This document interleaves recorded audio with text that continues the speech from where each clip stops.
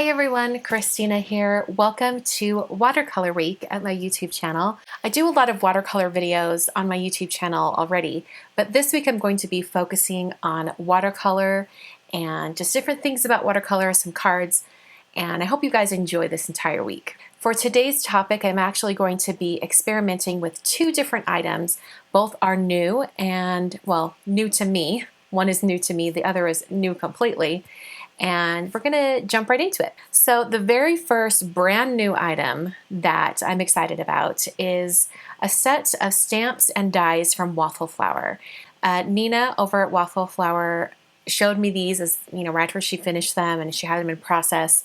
And I thought they were brilliant. I'm always looking for a great way to swatch out all the different colors of my watercolor sets. And this is a great way to do that and get everything organized. So along with those swatching stamp sets, I'm actually going to be swatching a new set of watercolors.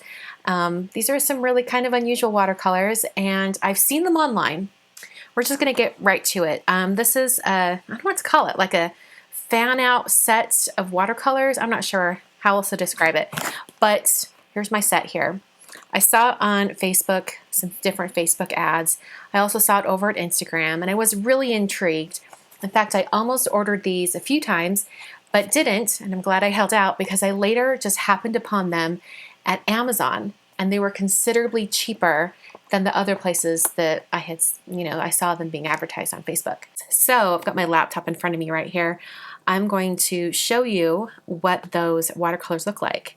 Over at Amazon, we have the MISTI Love Watercolor Paint Set, 42 colors, Artist Travel Mini Portable Pocket Watercolors Kit with water brush for outdoor painting, coloring, field sketch. So all 42 colors are $18.89, and they have a lot of really great promotional photos for this. But I have seen, like I said before, I've seen these in other places online, other online stores. For example, here's an online store called Jupsy, and they have what looks to be this same set for $39 to $46. I guess you select how many colors you want, and the 42 color is $46.95. So what I paid on Amazon was considerably less. And then over here at Paradigm Goods, price again is a lot better at Amazon than here. Seems to be the same promotional photos, so it's the same stuff. They do have the different color sets here, and I didn't find the other color sets on Amazon, although I didn't really look too far. I was specifically looking for the 42 set.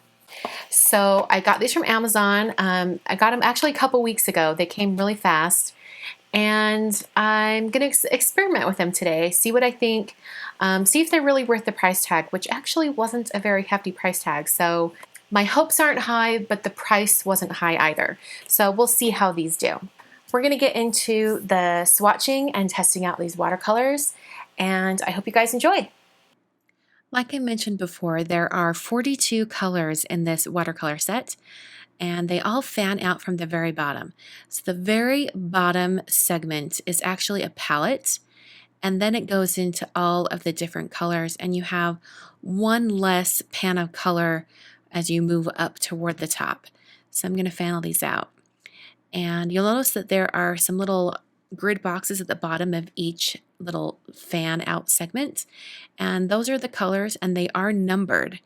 And so when I do swatches, I'll be sure to include the numbers on the color so that I can find the colors easier when I go back to start painting. So each of these fan out fairly easily. I enjoyed that. And then at the very top, you have a sponge section, which I think is probably to clean off your brush when you're using the water brush. But I'll be honest with you, I did not even try out this sponge. I didn't really have the opportunity to do that because even though I filled the water brush, I didn't really use it. I found that these pans of watercolor are so small and the brush tip is so big that I couldn't get a concentrated amount of color. It really watered down the color quickly. So in my case, my personal preference would be to not use the water brush that came in the set, but instead use a traditional paintbrush or swap it out for a different water brush that's smaller. I really like the Pentel Aquash brush, the smallest tip. But this brush is actually fairly nice for a large brush. It's pretty standard across the board. I didn't have any complaints about the brush other than it had a really big tip and a lot of water came out all at once. So I'm going to be using some Arches cold press watercolor paper for all of my swatching today. And I've got these Waffle Flower stamp sets in front of me. I'm going to start with the Color Swatches stamp set. And because I have 42 colors in my set, I'm going to use this guide here and I'm going to use the measurements to create a 48 set. Should be super easy. So I'm going to use those measurements for my watercolor paper right there. And then I'll be stamping the swatch stamp in my MISTI stamp positioning tool. So there are some methods to stamp these swatches perfectly, and Nina over at Waffle Flower actually goes into using the some guides to help you stamp these perfectly. I just eyeballed it and it turned out good enough for me. The stamps weren't perfectly lined up with each other, but all I did was rotate this watercolor sheet and stamped the other one, and because of that the lines weren't perfectly lined up, but I didn't really mind it. Once I started painting the swatches, I didn't even notice that they weren't perfectly lined up. So I'm going to start from the very, very top of this watercolor set with the C01 color, which actually is white, but I am still going to include it in the swatches just so I have everything swatched. As I paint each one of these squares, I'm consciously making sure that I use a full strength of color at the far left, and then I'm going to have it fade out as it moves to the right. I want to make sure that I have a nice variation in color and that I have an example of the color at full strength and also when it's tinted and watered down, just so I can get a really good idea. It's important to have a tint like this because some of the darker colors you can't really appreciate the full range of color until you see it both dark and light. So even though you could absolutely swatch all of these colors at full strength and see how bright and vibrant they are, I really recommend watering them down a little bit and getting a tint so you can see the full range of each of these colors. So as I moved down using all of these colors, I discovered a few different things about this set of paints that I didn't really like. And one of the things that I didn't like is that there are like the labels that are at the bottom of each segment that fans out. There's labels that are paper labels and they're not protected by anything. They're not completely laminated over or plastic. So as I was using my watercolor brush, some little droplets of water actually ended up on those labels. You can see on this very bottom one right here that I have a water spot forming in that bottom corner. So I didn't appreciate that aspect of this paint set. I labeled all of the colors and you'll notice that I actually don't have a C41. There isn't a C41 in the set. I'm not sure why. It skips it and goes straight to C42. But I went ahead and just labeled it that way. So now I have all of these swatches done and I'm going to try out a couple different paintings. At this point I decided to use a scrap of watercolor paper that I had after I cut down that swatch area, and I wanted to, this is me first testing out the water brush. The water brush was okay in this instance. I did some flowers, but I really didn't use the water brush after this. I just did it mainly for the roses. When I moved on to paint some leaves, I wanted a lot more control over how much water I was using. And I also decided to try using the palette in this case. And this is the point in my kind of experimentation when I realized that those colors that are nearest the hinge are very hard to access, especially when you're changing colors fairly rapidly. I don't like that about this particular watercolor set. I found it cumbersome, and especially because you can't have every single color shown. You can't have everything fanned out, because even though you'll be able to access the ones that are at the very end of each fanned out segment, you won't be able to reach the innermost that are closest to the hinge. So that's just something to consider. Here I am just showing you how it hinges out, that those ones at the top you just can't get to very easily. But I was very happy with how the flowers turned out. I thought they turned out beautiful. The colors were nice, and they were easy to paint with.